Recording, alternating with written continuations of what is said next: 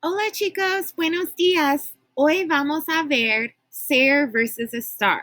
So we've already learned a little bit about ser and estar and their differences this year. We're going to dive a little bit deeper into that now. So, to be or not to be, that is the question. Which to be will we use? So, things we know already. Ser versus estar en español.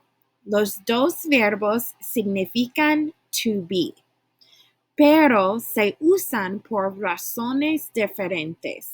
They're used in different ways or for different reasons. Y las conjugaciones son irregulares. ¿Cuáles son las formas? Go ahead and pause your video and fill in the different forms of ser and estar in your T-charts. Okay, vamos a ver los T-charts. Ser. Yo soy, tú eres, él es, nosotros somos, vosotros sois, ellos son. Estar.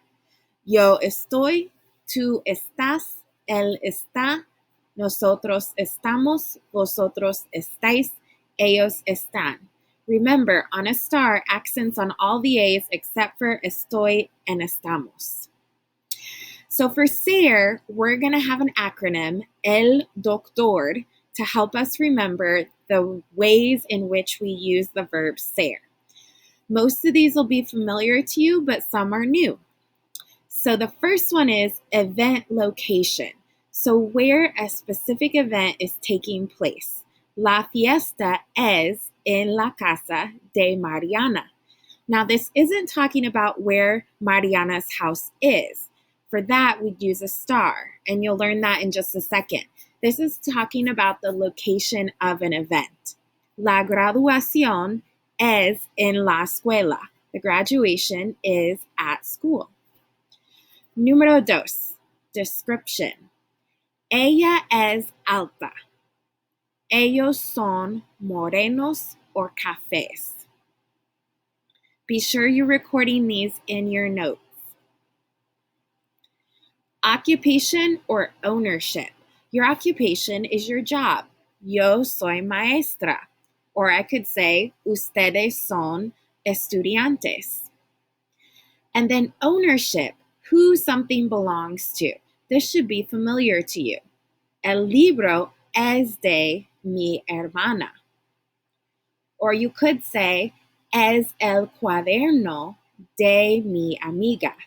It is my friend's notebook.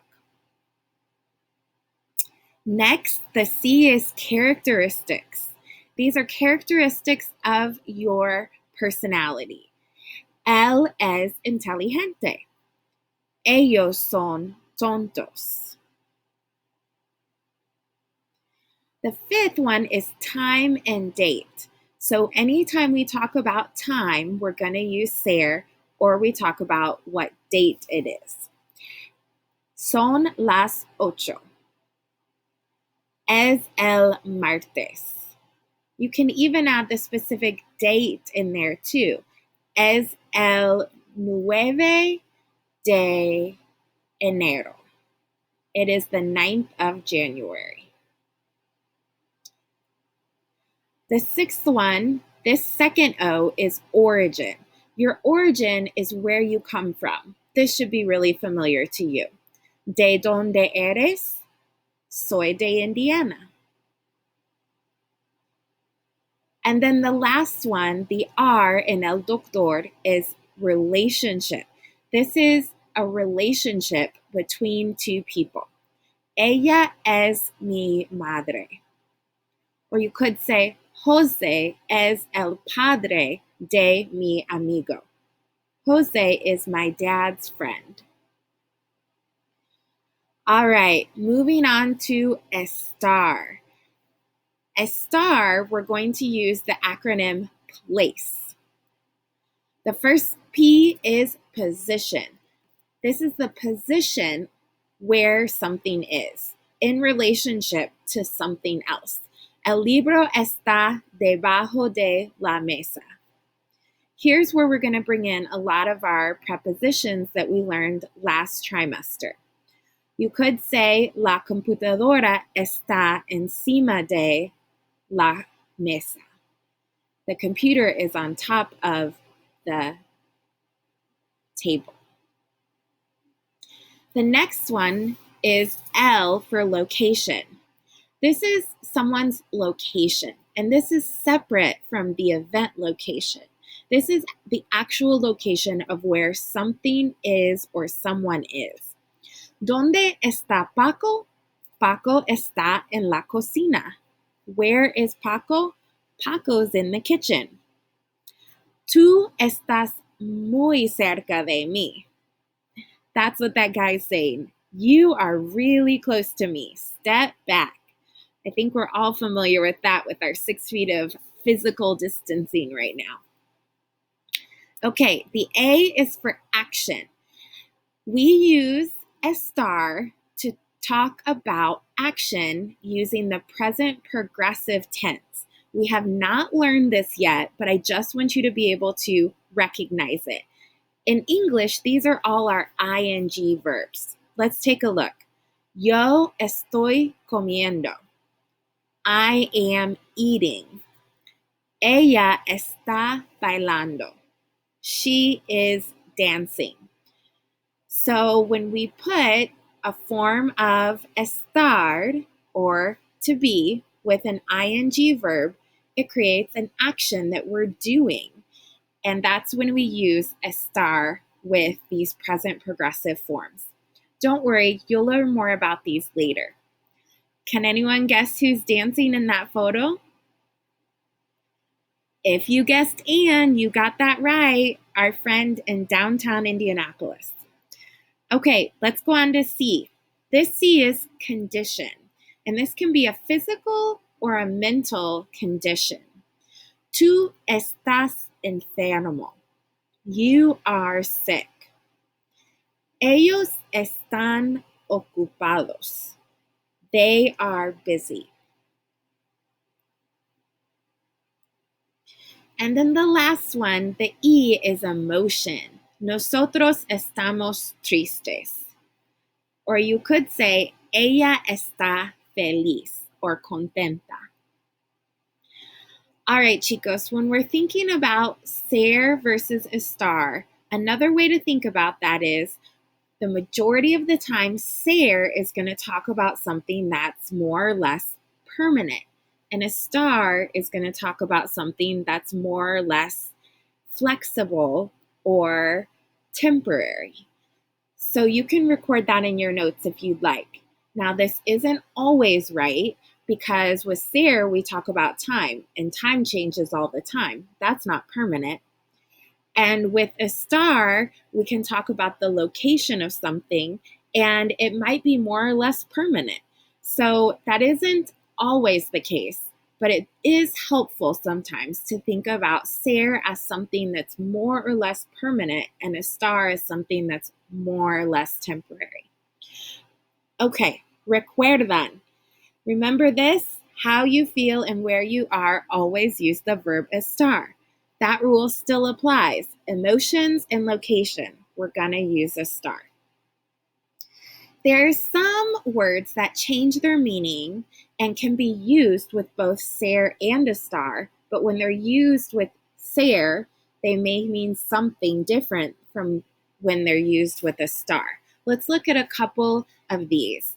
Listo. You guys know this from in class when we ask, ¿Están listos? Are you guys ready?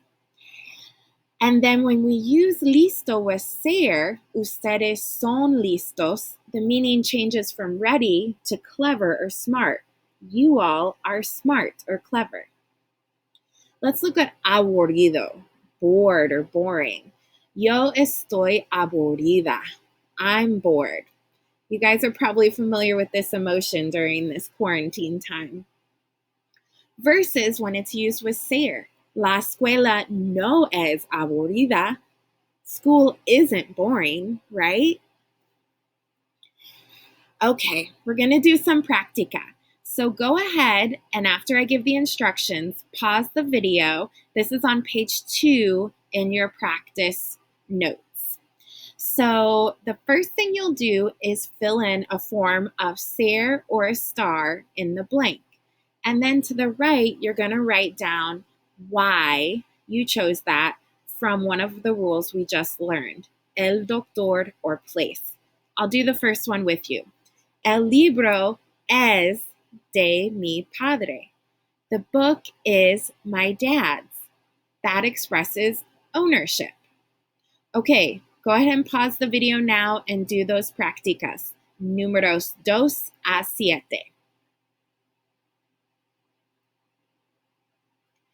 Okay, let's review the respuestas. Las habitaciones son grandes. That's description. The rooms are big. Los chicos están muy nerviosos. The boys are very nervous. That's emotion. Nosotros somos simpáticos. We are nice. Yep, you guessed it. That's a characteristic. La chica está en la casa. That's expressing her location. Mañana es el 3 de julio. That's the date. Tomorrow is July 3rd. And número 7, yo soy muy inteligente. I am very intelligent. That's a characteristic too. Okay, chicos, now we're going to do números 8 a 14. I know it says 1 through 7, but these are the next 7, 8 through 14. Go ahead and pause the video and give those a try.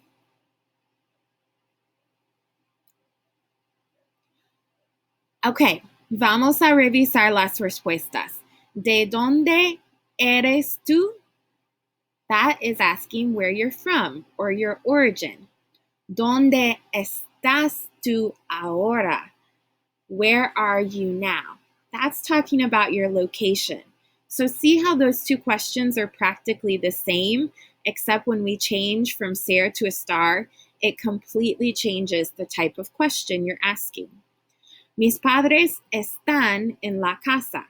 That's their location too.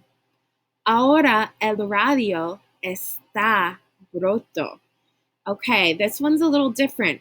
It's a condition. The radio is broken. That's the physical condition of the radio. It's broken right now, but it may not always be broken. So see how that's temporary? Número 5. Nosotras somos amigas. We are friends. That's talking about our relationship. Ellos son americanos. You might have put origin or characteristic for this one. And finally, ¿por qué estás cansada tú? Why are you tired? Yep, that's talking about your condition, your physical condition, how you feel. All right, chicos, recuerdan. For ser, we're going to use el doctor. And for estar, we're going to use place. Work on memorizing these rules using the acronym because they'll be really helpful during your practice this week. Adios.